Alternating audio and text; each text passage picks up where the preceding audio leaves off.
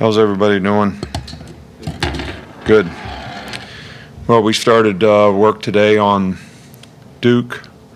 Really, for the first time, we used a couple days this week to really focus on improving and how much we can improve. And we had each coach on the staff sort of do a little, mini scenario for each player as to what we really need to focus on.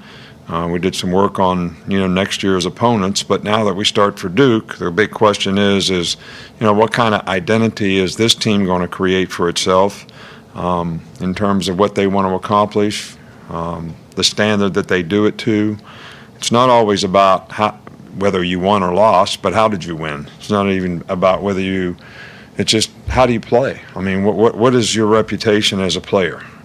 And I think, questions that players should ask is, did I play well? Was I accountable to do what I was supposed to do? Did the guy next to me play well? Because, football is a funny game. 10 guys can do what they're supposed to do, and if one guy doesn't, play doesn't work. Quarterback gets sacked, somebody's wide open on defense and make a big play. So everybody's got to do their job. It's a great team game, and if you don't want to play it as a team game, then you can go play tennis or golf or something else where it's just about you. And those are great games, and I love them both. And can we win as a team? Can everybody put the team first, play together, do what they have to do to support each other so that we can have great team chemistry? And do we have enough tough guys that are really warrior types in terms of how they compete on a consistent basis so we can sustain the season? So, that's really, where we're at. So, this is the first opportunity this team has to be judged as to how they play and who they are. So, we got lots of work to do, but we're, certainly interested in finding out like a lot of other folks probably are. Antonio Alfano was back at practice today, and, he had a couple days for personal reasons. Ray Rice was out there today. He's going to be here as a Title IX speaker to the team tonight. Which I think is a good thing for our players. And we'll continue to work tomorrow, Saturday, Monday, Tuesday, Wednesday, and Thursday, for this game to try to get our players to play really well against Duke, who is a really good team. I mean, they won 8 games last year and very well coached and present some issues and problems scheme-wise that we certainly need to work on. How have you seen Trayvon Diggs approach this offseason and preseason, especially since he missed more than half of the year last year? He's worked really hard. I think he has much better knowledge of what to do, how to do it, why it's important to do it that way. Discipline, eye control is always something that's really important to defensive backs, and we continue to work with all of them on that. But I've been really pleased with his progress, and even his leadership has been very, very good. On the back with Cecil. Coach, Jerome Ford was back, at least in our viewing period today. Where does he fit back in now that he's back from his injury? Well, we're going to work him in and see what he can do and try to do more and more each day and see if we can get him back to 100%. He's done really well before he was injured, so we plan on him playing in the game. And if he's healthy enough and doctors clear him and we feel like he's 100%, we'll play him in this game. If not, we'll have to wait and kind of see how he progresses. So it's going to be more day to day at this point to try to make that judgment. Yes, you mentioned Ray Rice. How did that come about that he will be coming as a speaker, and what do you expect that message to be? Well, he's obviously going to talk about how to treat the opposite sex and having the proper respect for other people, and I think that's important to relationships. It's important as a person to be able to do those things in a very respectful manner.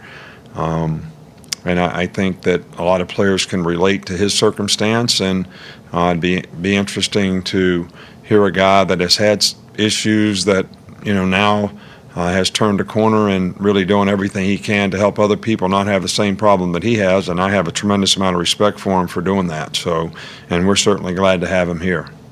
Stay on that side with Chris Walsh.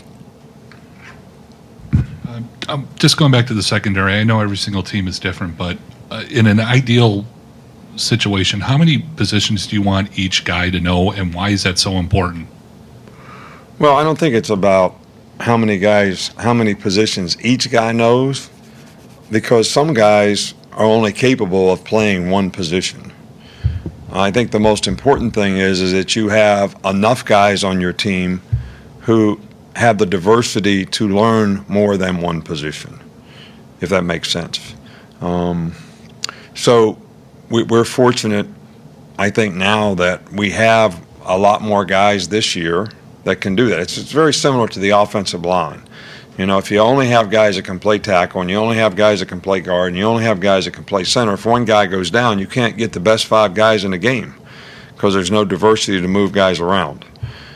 Same thing in the secondary. You have one guy go down. You know, if you have diversity, you can still get the best guys in there that have the most experience because they have the diversity to be able to play multiple positions.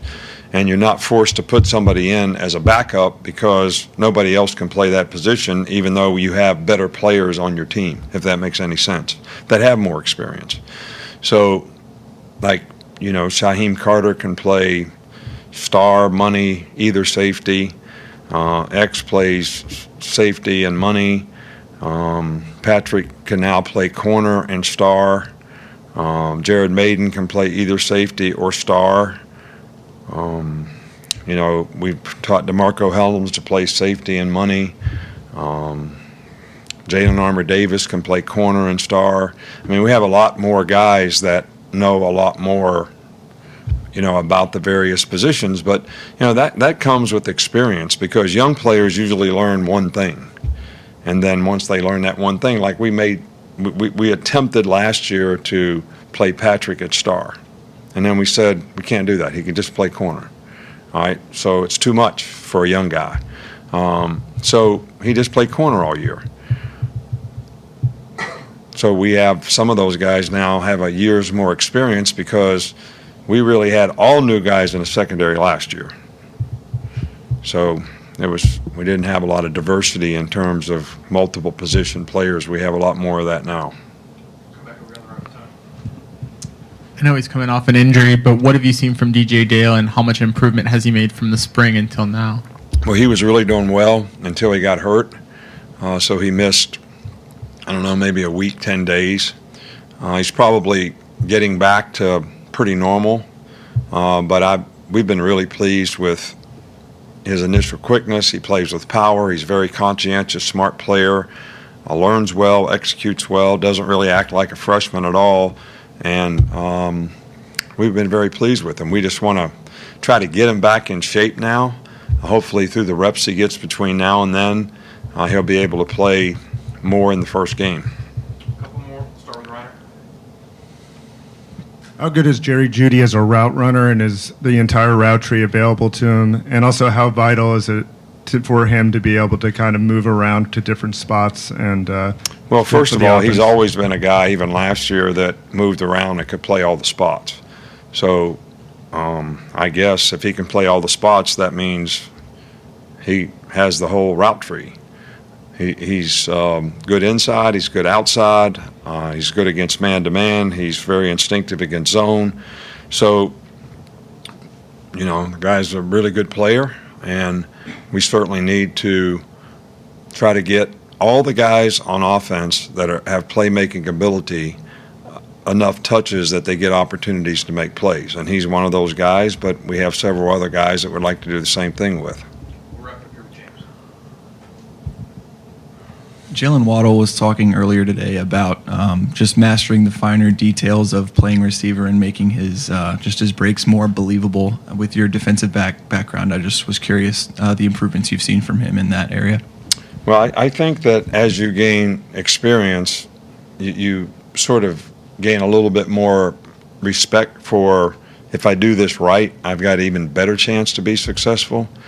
And I think Jalen has matured into that, and he made a tremendous amount of plays last year, and hopefully he'll continue to have a great year this year for us. But I do think that he has grown and matured in terms of, you know, the fundamental things that you need to do at the position to be successful on a more consistent basis. All right, Coach, thank you. Thank you, guys.